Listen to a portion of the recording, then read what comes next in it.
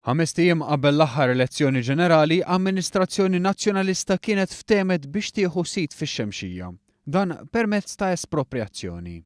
Għal dan il-gvern ta' Lorenz Gonzi ħallas kważi 5 miljun euro.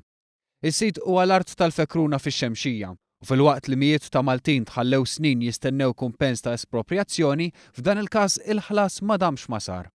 Din id-deċiżjoni ttieħdet fi żmien li responsabbli mid-Dipartiment tal-Artijiet kien hemm l-eks Ministru Jason Azzopardi.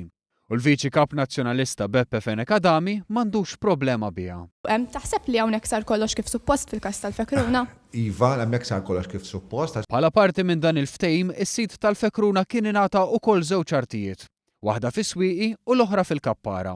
L-artijiet weħidhom kellhom valur ta' 4 miljuni u 300,000 euro. Valur li llum kompla jiżdied. Il-proċedura li ġiet adottata fl-aħħar 30 sena meta jsir espropjazzjoni tal-art kienet titlob li qabel l-uffiċċju tal-artijiet jespropja l-art l-ewwel irid ikun hemm it-talba ta' dipartiment ieħor u l-firma tal-Ministru konċernat. B'hekk f'dan il-każ Jason Azzopardi kellu bżonn il-firma tal-eks Ministru tal-Ambjent Mario De Marco għax kienu ambjentali ir-raġunijiet li nataw għal din l-espropjazzjoni. Però f'dan il-każ aġixxa waħdu d-dipartiment li tiegħu kien responsabbli Jason Azzopardi, kif saħansitra kellu jammetti Beppe Fenech Adami.